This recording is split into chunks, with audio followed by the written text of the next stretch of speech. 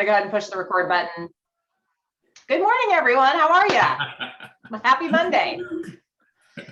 We are deep into the year now. We are in February. And as I mentioned before, we're going to be talking about the listing process, and we want you guys to get a lot of value. But before we get going, let me just put the slide back on. This obviously is like interactive. Like Will and I don't want this to be all about us. You know, that's why we're kind of bringing in some guest speakers at times and wanting to kind of talk about your guys' journey. So if it's okay with you guys, let's kind of open the mic up a little bit. How did your last couple of weeks go since we all met? Did you guys act your wage? Did you have any ahas? Tell us something good. Share with us. Take yourselves off mute.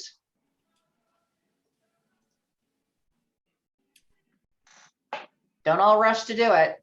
How about this? What were your guys' ahas from the guest speaker we had last week? If you guys were on here, you heard Will Cochran give kind of his lowdown on how his first year at EXP went as a new agent, doing 9+ million, did a great job. Did you guys get anything out of that? You're like, man, that's a great idea, or that really inspired me, or, you know, did it motivate you to go out and do something? Okay, and I'll just say quick, he is laser focused on the things he does, and he does them consistently. Yeah. And then something I got from this last couple meetings, I'm just doing more video. I mean, little video texts and things. Yeah. I'm going to tell you guys right now that there is so much power in a video text.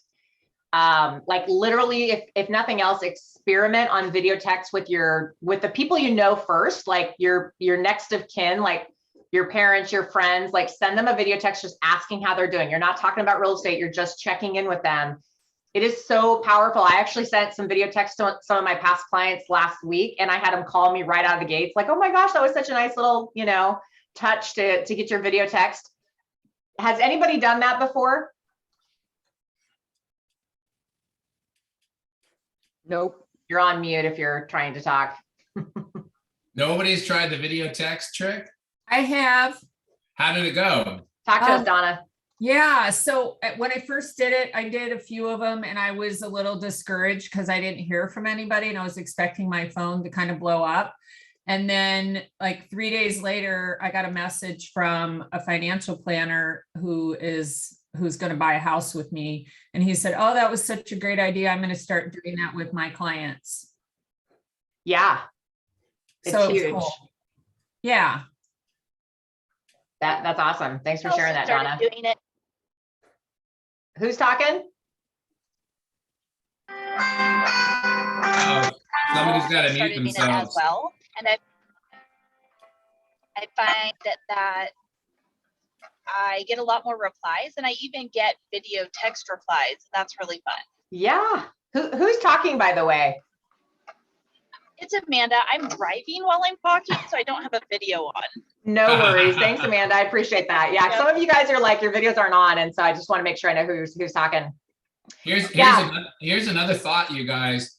I've tried the video text with brokers that I'm working with on deals in progress. That's another place that it can be really powerful because sometimes things are contentious or potentially contentious, and you know, text messages, when it's just in text, can be easily misunderstood. So I find that, you know, that can be really powerful to just do a quick video message about, you know, some aspect of a deal you're working on. If you feel like you could maybe add a little more heart to it or clarity instead of just a text. I think sometimes we're all guilty, myself included, of hiding behind text messages too much when maybe it would be better to call or even try video text.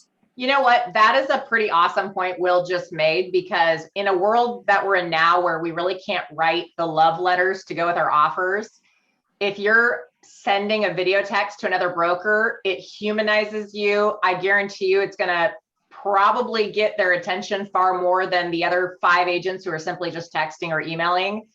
And it also shows transparency. You get a lot more conveyed when you're the one speaking and sort of controlling that, you know, conversation.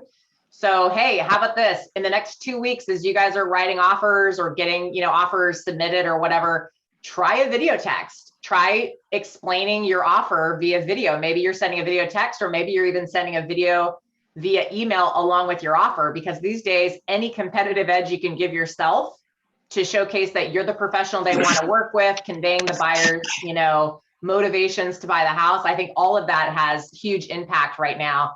And everyone knows me, I am video. I'm all about get your face on video at all costs, because it sets you apart. It builds trust and rapport. So since day one of doing this, we talked a little bit about send out 10 video texts to people every day, 5 days a week. You will be shocked at what the response is like. And you don't have to talk real estate. You can just be checking in, seeing how they're doing. I'm going to coffee with a past client on Wednesday. I had lunch with a past client a couple of weeks ago. These video texts just create a sense of, you care, it's more than just dropping a voicemail. So give that a try. All right. What else, you guys? Yeah. Who's talking? It's Kristen. I'm Hey. driving, so I don't have my, well, actually I'm in a car, but the quick question about video and records retention. How do you keep track of that? Keeping track of your videos? Yeah, like to be able to upload all the interactions between clients and to meet the records retention laws. I just finished a GRI law class, and we didn't get to discuss how you can do that with video. I'm just wondering how you do it. That's a great question. So I have a setting on my phone actually, and it might be kind of annoying for some people, but when I send a video text, I actually keep a copy of it for myself on my phone. You could potentially do the same thing and then just store it in a file. That's a thought.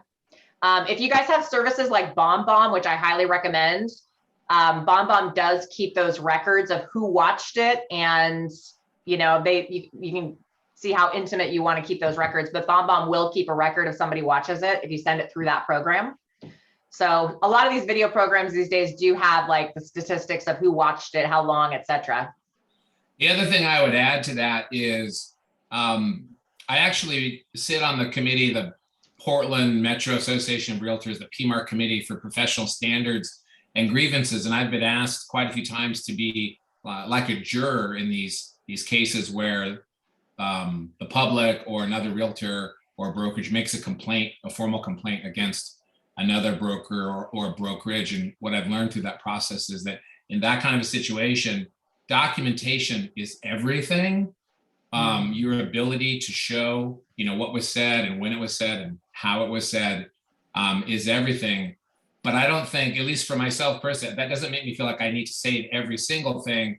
For me, when something starts to get contentious in a transaction, there's kind of a line beyond which I start feeling like, okay, I need to start protecting myself now. I need to start being really diligent about, documenting all these communications. And it's a sensitivity that I think I've developed. So I wouldn't worry myself about, trying to document every single video text I send or I, link to a video that I text to everybody about anything. But I do have a sensitivity to when things start to get contentious and when you should start, paying extra special attention to every single thing you're documenting in case you're ever drawn into that situation, like a hearing. You're exactly right, Will, that every single video doesn't need to be saved. Most of them are innocuous. You're not negotiating over video per se, but as soon as you get nervous, document and, keep it in your notes. Kristen, if you're worried about, not having a video program where you're saving those videos, just make a note in your file that you sent them a video today, reminding them that their inspection period is up tomorrow and they need to make a decision, whatever. Don't stress yourself over this issue. I think it's such a great idea. I don't want anybody to not use it just because they're so worried they can't document it.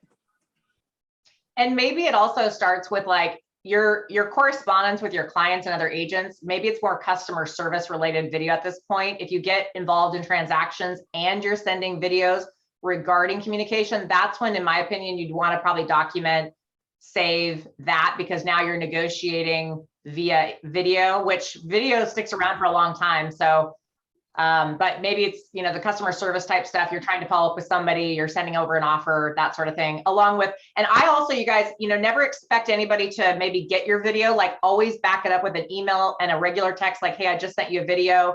please take the time to watch it. It explains our offer. And, you know, I've always been err on the side of caution, come at it from all angles when you're doing communication with agents. Cause I've seen agents where they text you like 2 days after they sent the offer, but you never got the offer because they didn't, for whatever reason, the email systems weren't talking to each other. That happened actually a couple times last year. I had one agent that freaked out because she sent the offer, but never called me, never texted me to say it was over, just checked in on the Monday afterwards. Luckily, her offer wasn't the winning offer, but man, I don't know about you guys, but communication sometimes, like emails for whatever reason, can sometimes, you know, not communicate. And if you're sending over an offer, be over communicative versus under communicative. Hey, Zeta, if you can hear me, I'd love you to pipe in and tell us, like, how do you use video? Because you said you do it all the time and it works. Mind sharing? Sure. Can you hear me okay? I can hear you just fine. Well, within this context, I'll do, it depends on the circumstances, but one of my favorites is to take like a selfie bomb video or even just text video in front of the property for a property I'm going to write on for my buyers. So like the property's in the background and I have my gimbal and I record myself, just give them some feedback from the tour, say we're going to write a great offer, give them a little context, talk about my buyers, and then I text it. And I'll often do a group text with my lender partner and the listing agent and the co-list, and then kind of arrange it ahead of time, and then have my lender partner make a video in response, and then they get 2 videos, and typically they watch both, and I get really good feedback from listing agents about it. It really stands out. And then I say, I'm going to call you, you know, within an hour, you know, running to my next appointment, when would work for you? And then it kind of starts off this dialogue, and they give really, really good feedback on it. Really like how that starts out. Do you feel like that gives you that competitive edge to get your offers accepted? Yeah. Nice. See, there you go. There you go. Yeah. And then often when I call them, we spend the first couple minutes, you know, chatting about video, or they're complimenting me, and it just makes it like really friendly from the beginning. Yep. I'll interject something here too that I think has been largely forgotten. Old timers tell me, like people that have been in this business even longer than me and Ann, tell me that, you know, back in the day, it was standard practice that agents would present offers to the sellers with the listing agent present. And that hardly ever happens anymore. But I was in a situation this weekend where I have a buyer from overseas who's looking at very expensive homes, you know, $3 to $5 million homes. And excuse me, with one of the homes that he might make an offer on, that was actually part of the discussion with the listing agent, that I would present his offer. If he decides to pull the trigger on that today, I will present his offer in person or over Zoom with the listing agent and the sellers present. So I think video can do a lot to humanize what we're doing rather than just text messages or emails. But don't forget, that's also another option, and we have to have permission to do it. But that can be a very powerful thing too. Wow. So I just picked up on something here that we're talking about video. Like Will's dealing with a very, very high-end client. And, you know, we have lost a lot of connection in these past years with the speed at which the market's been going. People are just sending over offers. You know, being able to convey your client's position is everything, right? Like you guys are a fiduciary to your clients, their needs, wants, desires. You presenting the offer levels up the game. When I first got into real estate a long, long time ago, it wasn't uncommon to present your offers in person, to drive over to the seller's house and sit with the seller and their agent and present every detail of your offer and then leave. And oftentimes that was the edge back then. We did not have videos. We didn't even have cell phones. So you would have to go and like sit with them and explain your case to the seller. And oftentimes, you know, if I was the only agent at the time submitting an offer to the sellers in person and the other broker wasn't, I oftentimes got my offers accepted. So I think it's also just coming from that place of like, how can you give the edge? And in this market, we all know how incredible this market is to have that extra edge where you can sort of explain and kind of come across a certain way. So really good stuff, really good stuff. So maybe over the next couple of weeks, you guys should start implementing some of these ideas. Even if you can't get in front of the seller, you could even do a recorded Zoom or recorded video of yourself presenting your offer as if you're in front of them and send it over and just say, you know, with your seller's permission, I'd love the opportunity for them to watch this as you present it. That would be another really cool angle. I think we're all going to try some of these things. How about you guys? Okay. Any other ahas you guys had from last week's session? We had, Will Cochran. We talked about things in this market. And did you guys get ahead of any of your challenges? I know this market has challenges, but are you guys having successes beyond the challenges? Anybody care to share?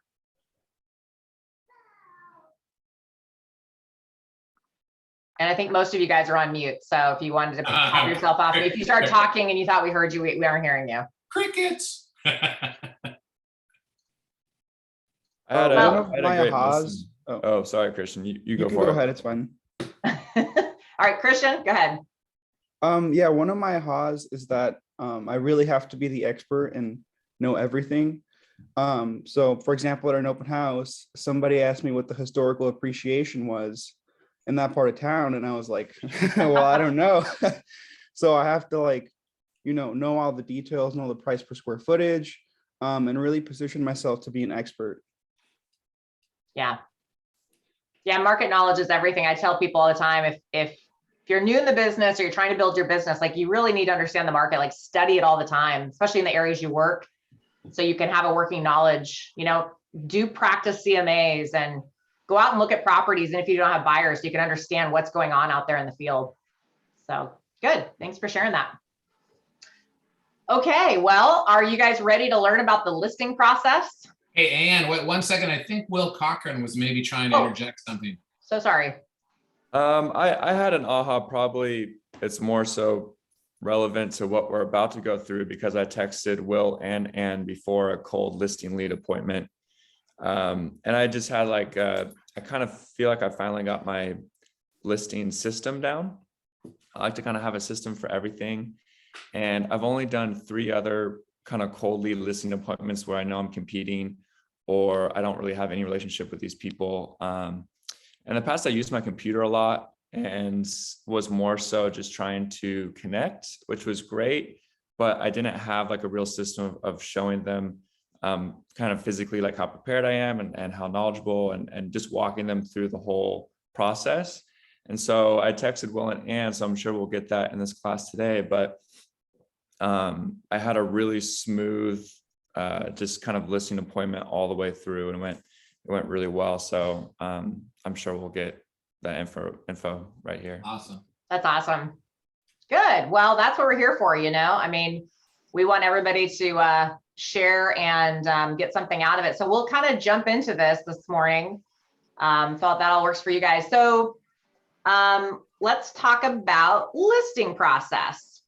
So let's talk about why we list, right, Will? So listings is my love language, as I always say. I love listings. Well, here's the reasons why you guys want to consider listings. Again, I know a lot of us have a big buyer book of business, and there's nothing wrong with that.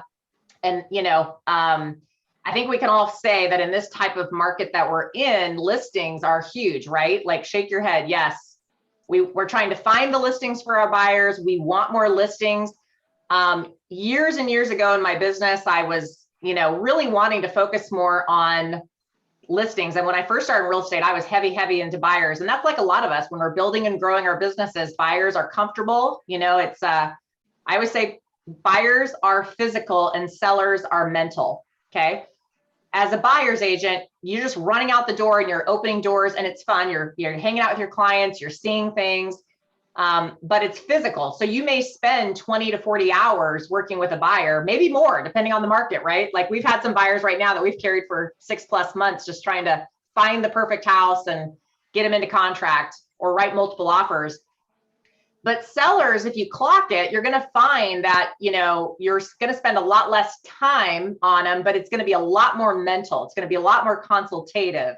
It's going to be a lot more about your skill set when you first meet them, that first time you ever sit with them. And right now in this market, pretty much every listing is a guaranteed sale. Can you guys kind of agree with that? Shake your head. Yeah. To get a listing means you will get a sale. If you write an offer, are you going to get your offer accepted every time in this market? No. I mean, most of us are saying, okay, we wrote 2, 3, 4 offers for a client before we got one accepted, right? I mean, it's just competitive. It's just the nature of it. There is more demand than there are houses for sale. That's just a true fact. So with listings, you can control the market. You know, you can control the fact that, you know, you have that product that buyers want, and you control your time. So if you have a buyer and they're saying, oh my gosh, something just popped up on the market and it's Friday evening, you've got to scurry to get that appointment that weekend and make time out of your schedule to get in there, right? And then make the offer happen. Whereas with a listing, you're controlling the phone calls coming and going and so forth. But these are all the reasons that we've heard for probably years and years. When I got into the business many years ago, I always heard list to last, list to last. And the truth is, in this market, that really could never be more true. So what we're going to kind of broach on today is we're not going to teach you how to do a CMA. Okay. We're just going to talk about the process of taking a listing and going on that appointment. Because I think sometimes we wonder, like, what do other agents do? What does that appointment look like? Like, what are you doing to like secure the business when you're on that appointment? So Will and I operate very differently. Will is a solo agent. He sized his team down. He does a lot with luxury. I have a small team, and you know, we just operate differently, but ultimately our different styles get us to the same place. Okay. And if you guys could put yourself on mute, unless you have a question or want to input, that would be great. Okay, so I'm going to go first and talk about my process, and then we're going to have Will go after that so he can talk about his process. And actually, I kind of learned a little bit about what Will does, and I'm excited for you guys to hear what he does, because his is very different, but I picked up so many cool little tidbits. So I'm really big on a process and a system. And I think I hear somebody talking. They're not on mute. Let's get them on mute. That's our friend Jaren. You want? Let me, our friend Jaren. Sharon. Yeah, Jaren's awesome. Okay. Process of a listing appointment, you guys. I did about 50. I actually track all my listing appointments. I track where they come from and how I did. Okay. Do I get every single listing? No, I do not. Okay. And that is perfectly normal. I don't care how good you are, how long you've been doing this. Every agent will tell you that you're not going to win them all. It's just the way it goes. Right. And that's okay. Sometimes it's a good match. Sometimes somebody heard something different, but you should have a process and a style that fits you. Okay. So I tell everyone, have a process, have a style, and have a system.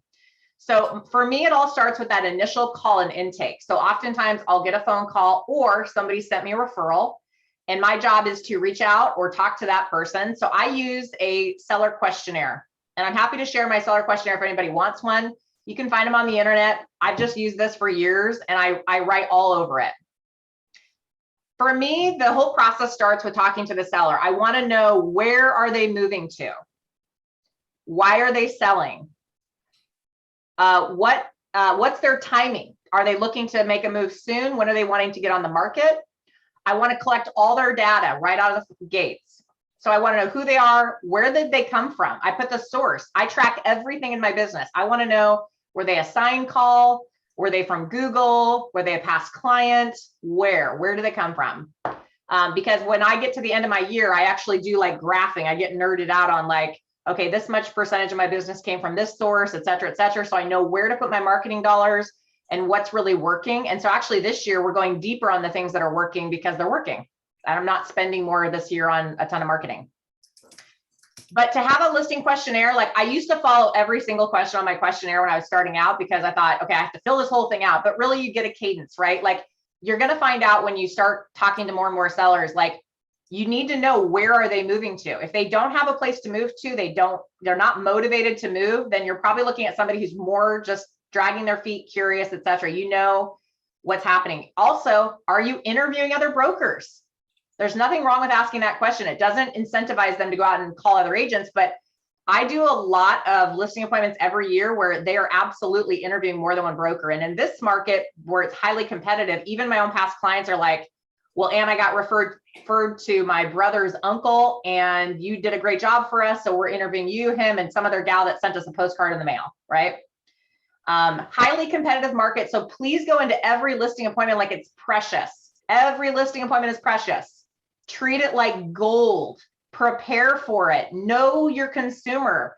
You guys are about to make great money if you obtain the listing. treat it like, wow, this matters to know who this person is, what their goals and objectives are, their timing, and what is their house like. You know, I don't do two-step listing appointments. I rarely go out and do a two-step. I think I did maybe 1 or 2 two-steps last year out of 56 appointments. And that was because those were acreage properties with really weird, wonky outbuildings and stuff like that. So sometimes you have to do a two-step because there's just something super unique about the property that may be a little more challenging to assess the value or understand the lay of the land. Or for timing purposes, I'm like, hey, I'm going to run by for 15 minutes, walk through the property, say my hellos, and then we're going to reschedule another appointment. I did do a lot of two-step appointments earlier on in my career, but it just was a lot of extra stuff. But if you do a really good job in the initial call, you can gather like so much information that when you're putting together that CMA, you can do a pretty thorough job of understanding the condition of the property. And a lot of times I go on Google Maps. I want to see where it sits in terms of its location, if it has any challenges, what it looks like. I look up old RMLS data. I want to look when they bought it. Is there old photos? What is the, you know, the information? You're basically a private investigator trying to figure out, what am I about to walk into? And it could be from when they bought it and then did they do improvements? So one of my number one questions I ask people is on a scale from 1 to 10, 10 being your house is totally remodeled, move-in ready, nothing to do, and a 1 being a fixer, where do you rate it? And the beauty of that question is 9 times out of 10, people say a 7 or an 8, okay? And then you say, what would make it a 10? And what you're basically doing in a very simplistic way is saying, like, what does the house need that would make it like a showstopper or perfect? And people will tell you, oh, it needs new carpet. The roof is really old. We haven't remodeled the master bathroom. They start telling you all the things about the property that, you know, you would have found out as you walked in the door without asking. You don't want any surprises if you can help it, because if you're assessing the value of the house, it could be on the high side, the low side, or the middle, and knowing as much about that condition as possible. And also just confirming square footage. Some people add on, you know, or some people say, oh, that's not right. We have an appraisal and it's 400 square feet bigger. We added a shop. And then I always try to find out over the phone if they'll share it with me. And 9 times out of 10, they will tell you. I'll say, what are you hoping to get for value out of the house? I will come up with my own comparables, but what is your objective in the price? And if they tell you that, then what your job to do is say, is that realistic? Am I talking to somebody who's, you know, it has an expectant of more, or they start to share why they think that might be. And it shouldn't hinder you from coming up with your own valuation, but it helps to kind of understand like where the mindset is, okay? So filling these things out, I have a bigger picture. I had to chop this in half and put the screenshot up, so my apologies. But these are just general questions. Sometimes I ask the question like, is there anything that would make marketing the home a challenge? Like sits on a busy road, backs to power lines, has a, you know, wonky floor plan, unpermitted spaces. Sometimes I say, what are the 2 to 3 best features of the home? And they'll say, oh, the backyard's great, or we have a view of Mount Hood, or we have an open floor plan. Get them talking about that house as much as you can. Take as many notes. My notes are scribbled all over these things. And I don't remember much. I have a terrible memory. I think you guys know this. I always say it, but I have to take lots and lots of notes because I talk to a lot of people and I don't remember somebody. The other thing too is you might go on a listing appointment and they don't list for 6 months, and you can refer back to all your notes. By the way, when you go in for a listing appointment, if people don't list with you right away, take a minute to write down your notes of the meeting. I always do this. I want to know what we talked about in terms of price range. I want to know what did we discuss needs to be done to the house, or contractors and vendors they need, because you might have a great appointment and then they say, you know what, we're going to wait till August to sell, which is months down the road. And you then completely forget like what you talked about as far as that appointment goes. And make notes on it. Just, you know, take a little minute in your car and make some notes on your phone so you can refer back to it later when you know, meet with them again or talk to them again, okay? Because a lot of people, their timing can be screwy. Like I find I meet with people and then they're like, oh, well, we're going to wait till spring, summer, fall, or, you know, we're going to wait 3 months or blah, blah, blah, okay? Okay. Okay, moving on. So when I go in for a listing appointment, I want to wow them. I want to leave no stone unturned. So I bring 3 packets with me. I bring my marketing materials. I want them to see what I do. I want them to touch and feel it. I bring my brochure on who I am, what I do, what my team's all about. And in that brochure talks about all the different marketing things we do different than some other brokers. I bring my CMA. I've studied that CMA. We're not going to talk about how to do a CMA, but that could be another great class, is how do you put together a CMA? I want them to be like, wow, she's professional. She's prepared. I know she's going to get the job done. I bring my references and reviews. And by the way, I believe in giving a gift and stopping before I even start my presentation and saying, thank you for having me. I know you have options. I know that, you know, I want them to know, like, I've been doing this a long time, but I still always appreciate the opportunity, especially if they're interviewing. They are interviewing for who's going to be chosen. You're just a candidate until you're chosen.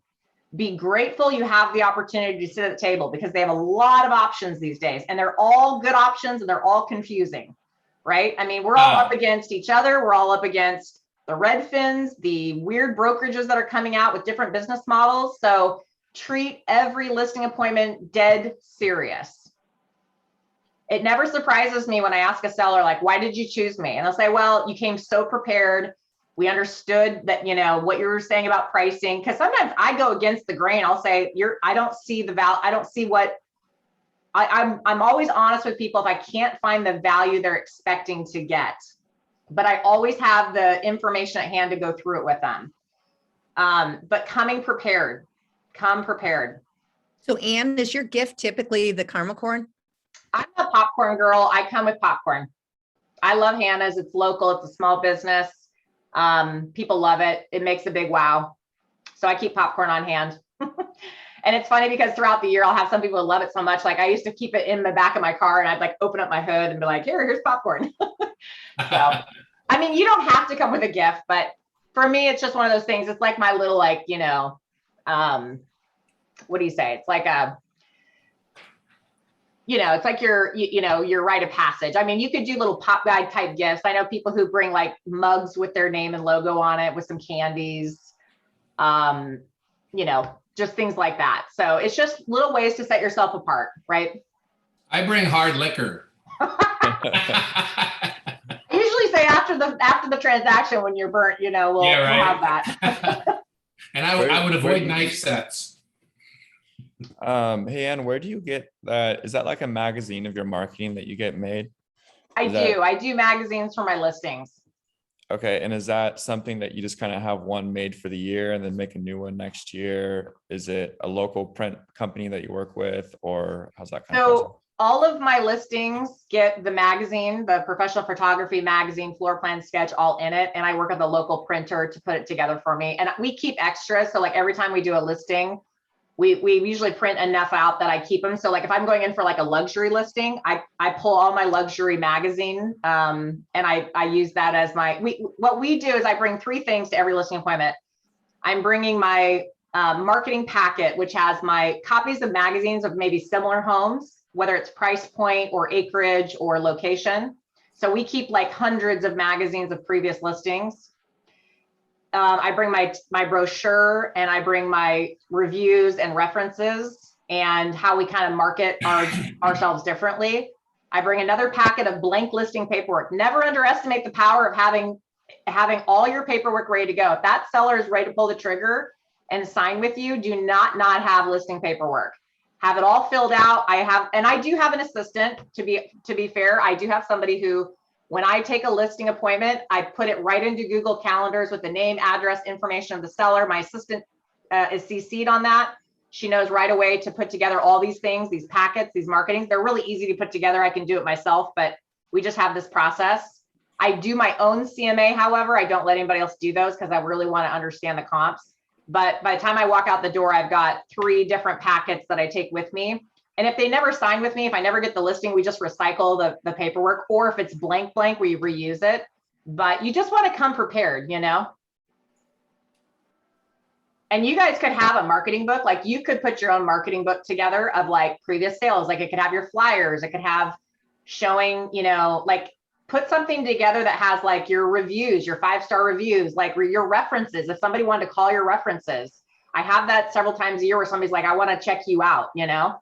And they are Googling us. If they don't know us intimately, or if they don't come strongly referred, they're trying to understand who are they going to hire to sell their home, and they will Google you. So make it easy for them. Put together a sheet that says, here's all of my reviews on this and that website, or put together a list of references, like past clients who love and adore you. Like let them, most of the time they're not going to call, but it shows that you're transparent and you are open book. Like you want them to make it easy to see how good you are, or even print out your testimonials. I've seen some realtors who just print out a bunch of their testimonials and leave that as a way for somebody to easily read. Obviously going back to video, I'm a big fan of video. Get some of your best clients to do a couple of videos about how great you are. You know, next time you have a really good closing, meet them at the closing table, say, hey, just humor me and do like a 1 or 2 bit piece on how great I was to work with. And then you can use that to send you your perspectives. By the way, the EXP marketing materials that are available through the Marketing Center are always improving. If any of you feel overwhelmed, like, well, I don't have all these pieces, I don't know where to get them, that's one place you might start. That's an easy place to start. We have templates. Anne has templates that are easy to share, like for a multi-page magazine style format, book like that, luxury-oriented brochure. None of this stuff is as difficult to find or make as it might seem when you see it on a tabletop or like that picture Angela, where it looks so professional. So yeah, reach out to us if you're struggling. We can share ideas with you. Yeah. Yeah, I mean, you just want to have a process. It like we do cater a little bit, like our marketing packets do change a little bit. Like I said, depending on if I'm going in for $1 million+ home, I'm going to have my $1 million+ marketing magazines for other listings I've sold. If I'm going in for a condo or my farm, I'm going to try to put those particular properties that are similar. People are wowed by them, right? You put down a magazine of what it looks like to set it up. What I try to do is tell people, like, what's it going to be like to work with me? Because how those people experience you in that moment is going to make a difference between whether they hire you or not and where your value comes in, right? A lot of realtors can put a sign in the yard and sell a house these days. How are you different? How do you separate yourself? What's the experience like and how's that different? You really got to really carve it out for yourself in this market, because otherwise we're all just, you know, a commodity is how I don't mean to sound like we're commodities, because I don't believe that we are, but the consumer has to be able to distinctly and specifically know how you are different, right? I mean, at the end of the day, we may all be charging the same commission, but how are you going to be different, and what makes them say, okay, I'm going to go with this person over that? Sometimes it's simply you just connect with somebody better. Like I get that response from people too. And I've had it where I don't win the listing, and I always ask the seller what made the difference. It's a learning moment, right? Like when I was newer in the business trying to get listings, I didn't win a lot of them, but I was like, I need to learn why. Like, I don't want to hear it because it hurts, but I also want to know it because it's going to make me better. So, and sometimes it's just a simple, like, well, you were great, but we just really, really wanted to go with this other person. We matched better. I've heard that a million times over on both sides of the table. Totally fine, right? But you just want to be able to take any feedback you can and just bring your best foot forward so that, you know, if you don't win the listing, oh, well, like nowadays, if I don't win the listing, I don't think 2 seconds about it. I'm moving on with my day.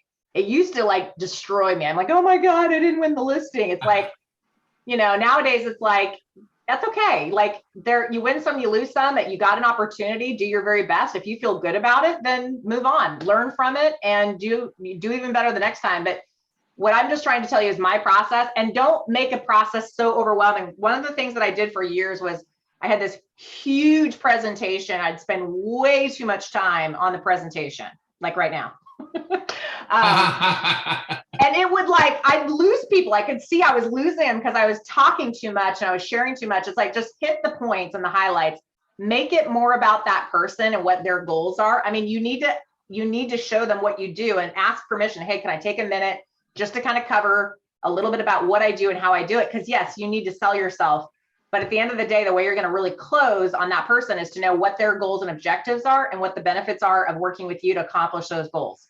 So, hey, sorry, and just one more question about those magazines. When you first talked about it, I was kind of under the impression that it was something that you took to show off your marketing, which I know you do, but also for every single listing you get one made.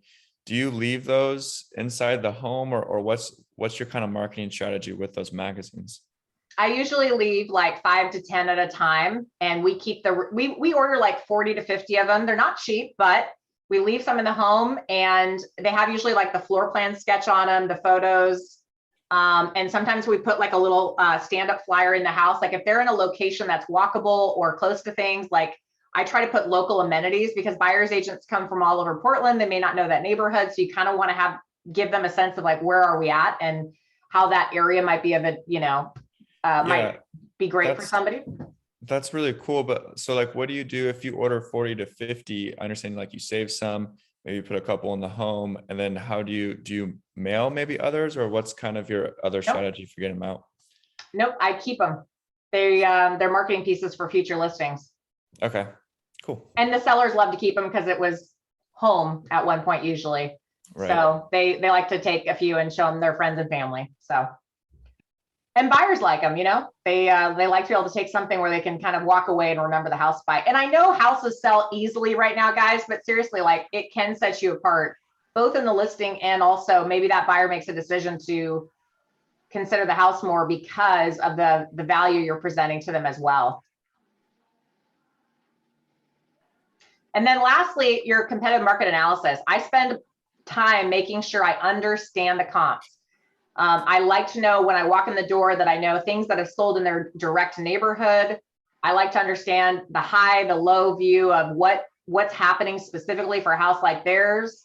I take my CMAs from a lot of different angles, which we're not talking about how to break down the CMA per se, because I've got to let Will talk next, but just come prepared. No market pricing, and market pricing right now is super fluid. So if people are not listing right away, that pricing, you got to track it. It's going to change over time. So if you take a listing and they're 2-3 months out, make sure you're setting yourself up to understand what the market's doing at the time you hit the market. So mostly just be confident and competent in what you're doing. That's what sellers want. They want to feel comfortable. How you feel will be how they feel. If you're comfortable, they'll be comfortable. So, all right, Will Fendon, you are up. I'm going to stop the share because he's got some stuff he's going to share. All right, thanks, Ann. Let me share my screen. So I work as a solo agent now. We used to have a larger team in the past, but our business has evolved. We've streamlined it. I work with a terrific transaction coordinator rather than hiring a full-time assistant. We've had many full-time and part-time assistants in the past, but I have a transaction coordinator now who operates on such a high level that we feel like we have an assistant with her. So that's worked really well. But I primarily work as a solo agent now. And then I have several agents that I consider our referral partners. If I want to refer buyers, I can refer to them. And if you guys aren't aware of this, you can do a referral at any rate. It doesn't have to be 25%. I mean, you can agree with another agent to do a 50-50 split if you want on a buyer, where you give them your buyer and you agree to work it as a team, but that agent is going to take the lead. It's totally negotiable, and it all depends on how you present it to the client. I mean, none of them know, whether or not we have a formal agreement working as a team or not. So I'm focused primarily on listings and a couple of agents that I consider are trusted referral partners. But I just want to show you guys quickly what I do. Ann's whole process is very polished, and she has a terrific assistant. Our business at this point is 100% referral based and repeat business. So I never assume that I'm not competing, but usually our leads are very warm by the time I meet somebody. So as far as how I do this on the backside, let me share my screen first. Tell me if you guys can see my screen. Can you see that?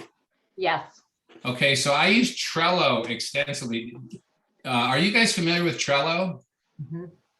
Maybe give us a thumbs up or raise your hand if you know Trello. I use Trello extensively. You can do this a lot of different ways. You can use a lot of different systems to track your leads. All these CRM systems have sophisticated tools and features to do this. There's a million different ways to track your leads, but I try to keep it really simple. You can see I've got my leads organized here. We deal with lots and land for builders pretty often. Quite a few off-market sales that never even surface in the MLS. So you can see I'm tracking those here. And then I've got A, B, and C leads. And these are just like sticky notes or Post-it notes I can drag around digitally. These are our hottest listing leads right now. So you can see I'm working on 5, and one of them has an important deadline today. That's why I've got this one flagged, and I can set deadlines for others, within Trello.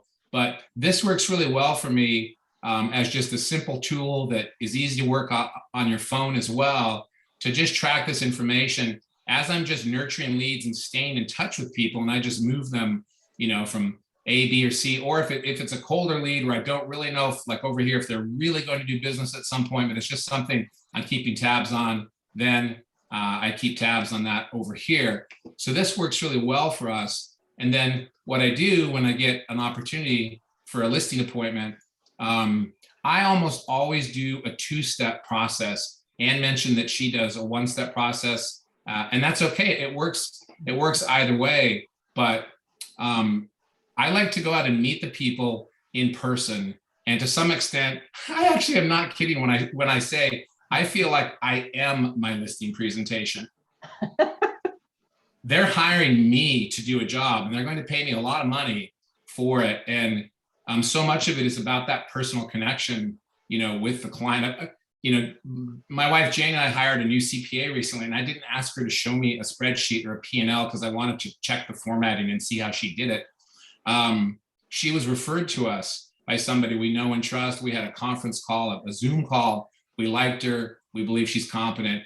We hired her. So, I really take more of a consultative approach, and I almost always do a 2-step process where I'll go out and meet the person first. A lot of our listings hover around $1 million plus $1 to $2 million pretty often, or, high 700 to $1 million. So these tend to be fairly sophisticated sellers who've bought and sold homes before. So what I'll do is often before the listing appointment, I'm going to show you a real presentation here. Okay, so years ago, and I use Google Drive a lot. So here's Google Drive. You can see on the left-hand sidebar, I'm tracking my listing leads here. This is better for certain kinds of documents than Trello. Trello is just kind of like a good, sticky note program, if you will. But I use Google Drive a lot if I want to keep documents in folders. But my approach is totally different than Anne's in this way. Many years ago, one of the first things I ever did as a realtor was I took the training to get a designation as a certified luxury home specialist. I was totally arrogant. I had never listed a luxury home, but I thought that's something I'm going to need. And so I went to this 3-day training course in San Francisco. And one of the things that blew me away was one of the presenters pointed out that high net worth people who are selling homes often are business leaders themselves. They're used to having presentations made in a very streamlined format. He said, they don't want to see your 35-page PowerPoint realtor slide, a slideshow or slide deck. And he taught a completely different way to do a streamlined proposal. And I loved it because my proposals tend to be very short. They're only 4 or 5 pages. Sometimes I'll send this to the client before I meet with them. Sometimes I'll present it in person when I meet with them. It just depends on the situation. But in this case, just before this meeting, so this was just a couple of weeks ago, I sent this consultation, this proposal to these people. You can see this is a real proposal where I just introduced myself and, thank you for the opportunity. And then I just outline literally what we're going to do. This streamlined proposal outlines our approach to prepping your home for the market and exposing it to the largest possible pool of buyers. And then when we're together, after I've walked through the home, I explain that the first step, if they hire me, is going to be a staging consultation. We're going to bring in a staging professional, and we're going to walk through their house, and we're going to generate a punch list very quickly of our suggestions for how to optimize how their home is going to look for showings and professional photography and video. And we talk about that quite a bit. I also talk about how we're going to have, with their permission, we're going to have a professional floor plan diagram made, which is a great little piece for marketing purposes, but it also helps me confirm what the size of that home is, because I often find there's huge discrepancies in the public information that's available about the size of certain homes, especially if they're big luxury homes. I've had it happen at times where I've found 4 different publicly recorded sizes for the same home in terms of the total square feet. And if you're factoring that into your comps, that can be really confusing. So we talk about those things up front, those pieces that we'd like to create. And then many of the homes, and you can see the floor plan diagrams here, but many of the homes that we list prior to listing, there's a lot that needs to be done. And so I want to meet them. I want to see the home. I want to see if we have good rapport. And I also want to learn about what might need to be done there, because we have a whole team of handymen, contractors, yard care professionals, stagers, and many others. And often that's a huge value to them when you find out, like, oh, they've had a hard time getting a plumber to come over to the house to fix a sink. Somebody said they were a month out, or, they need something else. I mean, often I feel like I can demonstrate a lot of value by knowing good people who will jump to help our clients, because we send them quite a bit of work. So I put a lot of emphasis on that upfront consultation to understand their home, and then explain what our team will do if they hire us. But once we get going, then I just outline here that we're going to do professional photography. I spend a lot of money on photography because I feel like when a home hits the market nowadays, that's really your first showing. I mean, back in the day, it was the realtor open house, right? When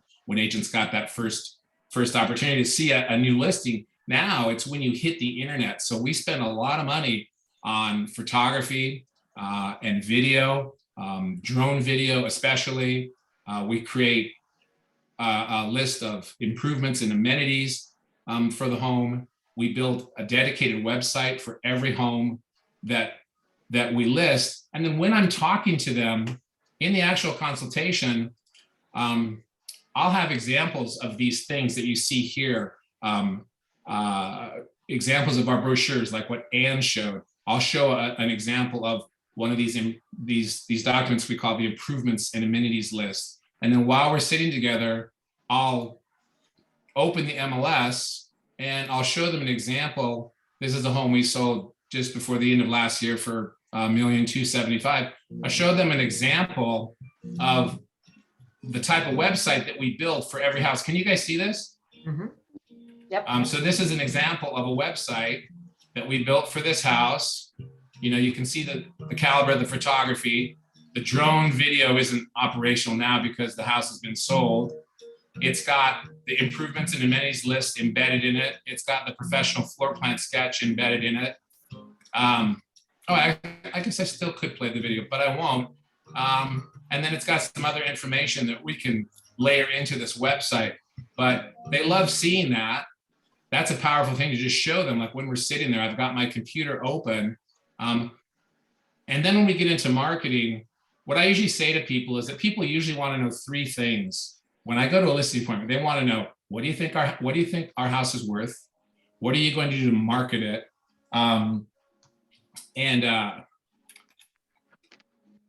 What's your commission?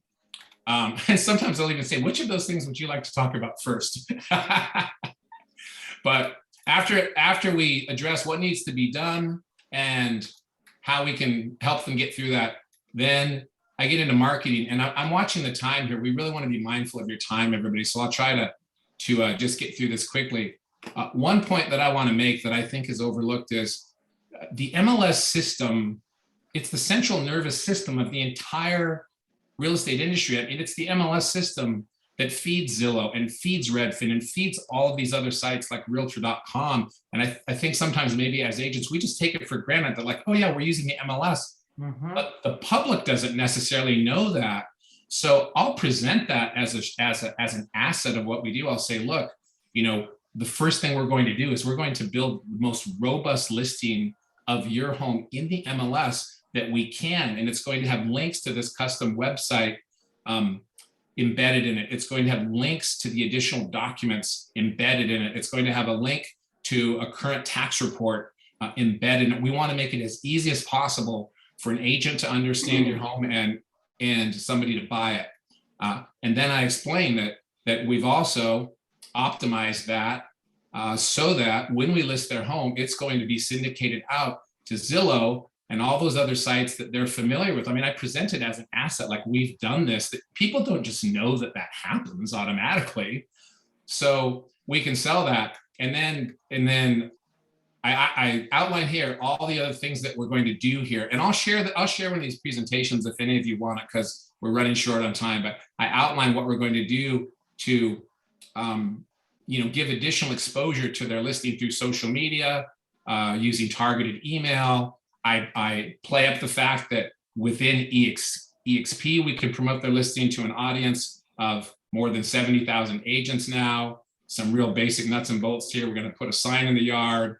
I have examples of brochures with me and those other printed elements. And then this proposal also addresses inspection and repair issues. This is another area I feel like agents maybe overlook when they hire us. They're not just hiring us for our glossy marketing. A lot of realtors' marketing pieces all kind of look the same. They're hiring us to get their home sold. And a big part of that, as you guys all know, is negotiating an offer, successfully getting it under contract, and then getting them through the inspection and repair process, right? So I talk about that. What does that mean? I feel like our value as agents increases as we work through the transaction cycle. That's a great point. That's a great point. Yeah. Yeah. And I think sometimes maybe we all concentrate a little too much on marketing and social media these days, and even video. Not that that doesn't matter. I'm trying to improve our game with some of those things myself, to be real about it. But I do talk to them about the whole process. And then the last piece that we talk about is the price analysis. And often I don't know enough about their home at that first meeting to pitch a price. That's why I tend to do a two-step process, but I will sometimes include some publicly available information about their site, about their home, because I know they're looking at Zillow. I know they're probably looking at Redfin. I'm trying to get a pulse on whatever they think their home is worth. The county assessed market value is always lower than those two other numbers. I usually layer that in because I want to see how much they gasped, if they're even aware of that. And then the last piece is about commission. And I'm going to be real with you guys. In this case, I'm competing with at least two other agents that I know of. I would like to get 5%, but I feel like it's a risk right now because I don't know these people that well. So I pitched 4.75. If I get the listing, I'll make 2.5% for our office, and I'll offer 2.25. That's lower than what I've done in the past. I'm not totally comfortable doing 2.25 all the time, but I'm competing right now for this listing. So, that's where I am right now. And I know that's a tricky topic for all of us. As a side note, we do have to be careful in talking about commissions, and Will, you are at a luxury price point. Do you find that the commissions at a higher price point tend to be lower just by the nature of the price points? Okay. Yes, they do. They do. So, and I don't always do exactly the same thing. If I can pitch a higher fee, I will, but I almost always, sorry, let me turn this off. I almost always pitch a tiered commission approach too, where I say, look, if we find a buyer before I spend any money on marketing to come out here and pay our staging team and photographer and videographer and all that, if we find a buyer and everybody's agreeable to having me represent that buyer, I'll handle everything for 1%. If you find a buyer, I'll handle everything for 3%.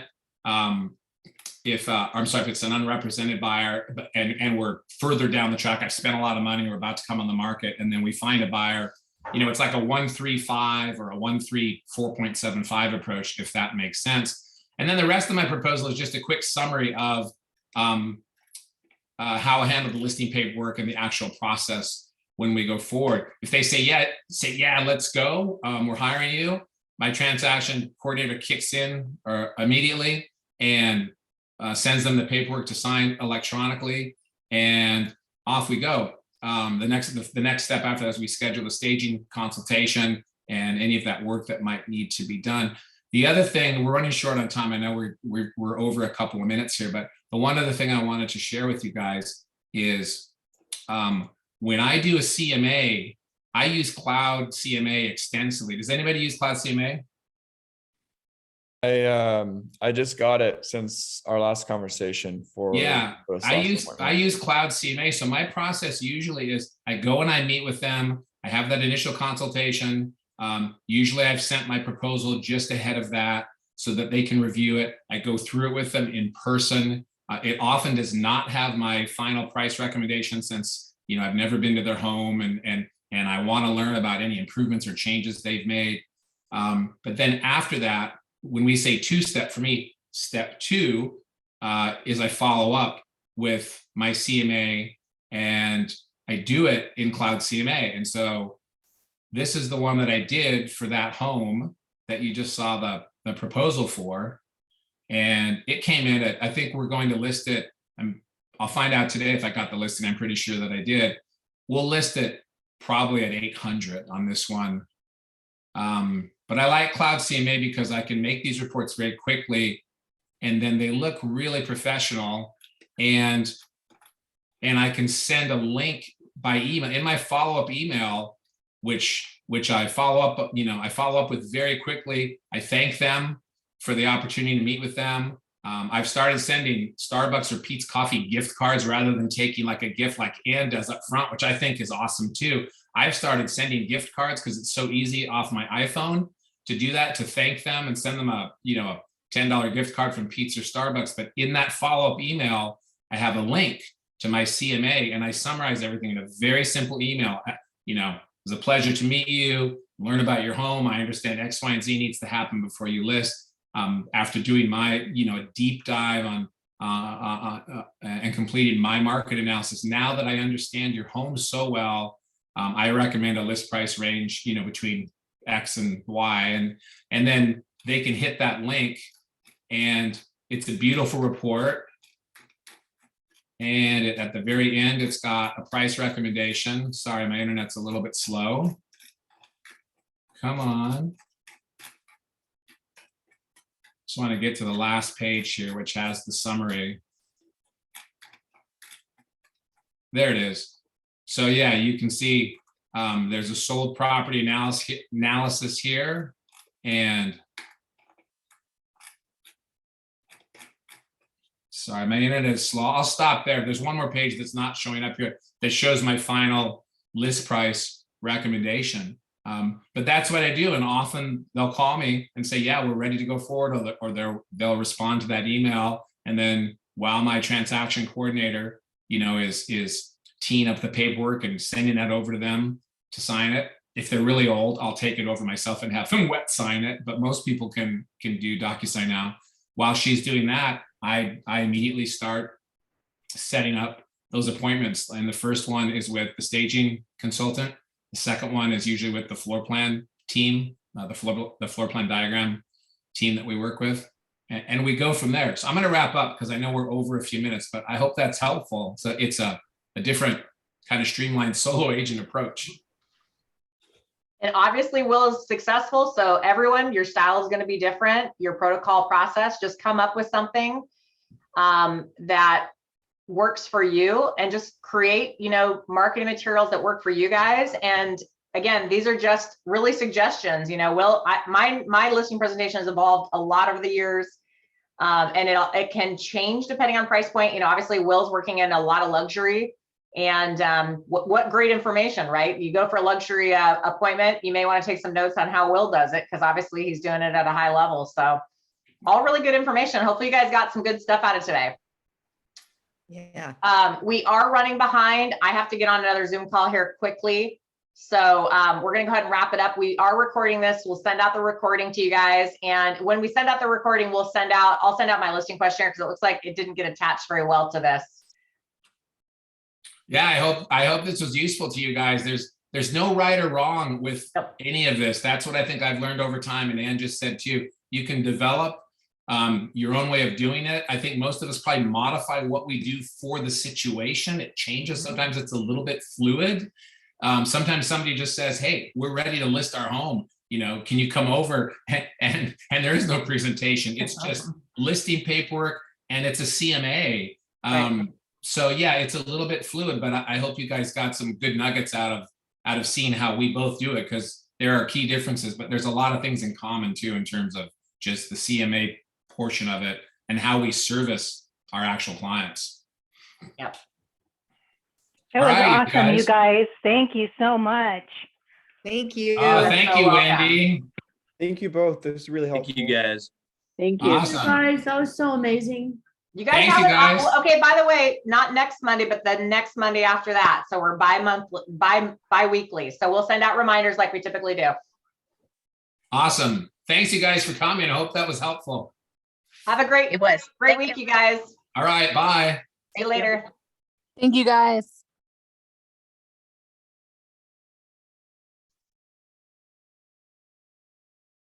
Oh, they all popped off quick. Jane, you're muted. You're muted. I can't hear you.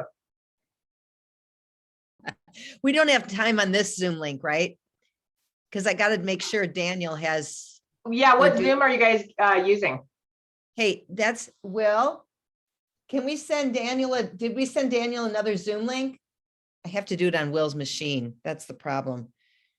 Okay, hang on one second. I'll Okay. find out. That was awesome, by the way. Hey, Will.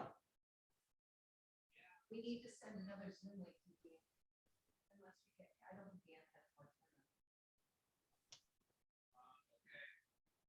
Oh, you want me to do it right here?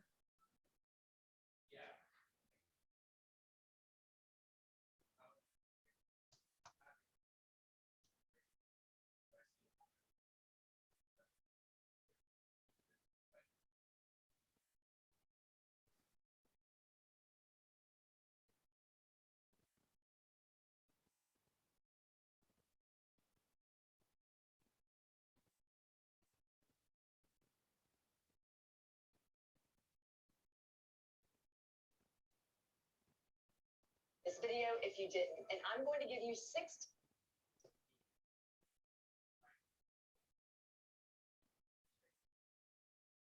If you didn't, and I'm going to give, I know you.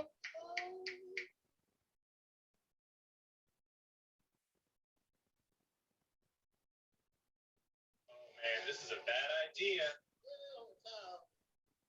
So, Valentine's Day, well, AOC really emerged after I won my primary. And I think there were a lot of pundits on television that were kind of like stumbling because my name is Alexandria Ocasio-Cortez. And when it was the news story after I won my primary, it was so sudden. And I was thinking about it after your last week when. Yeah. Everybody get up.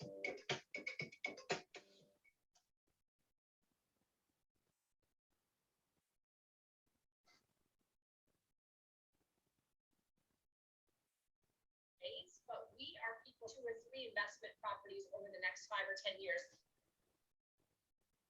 And if they're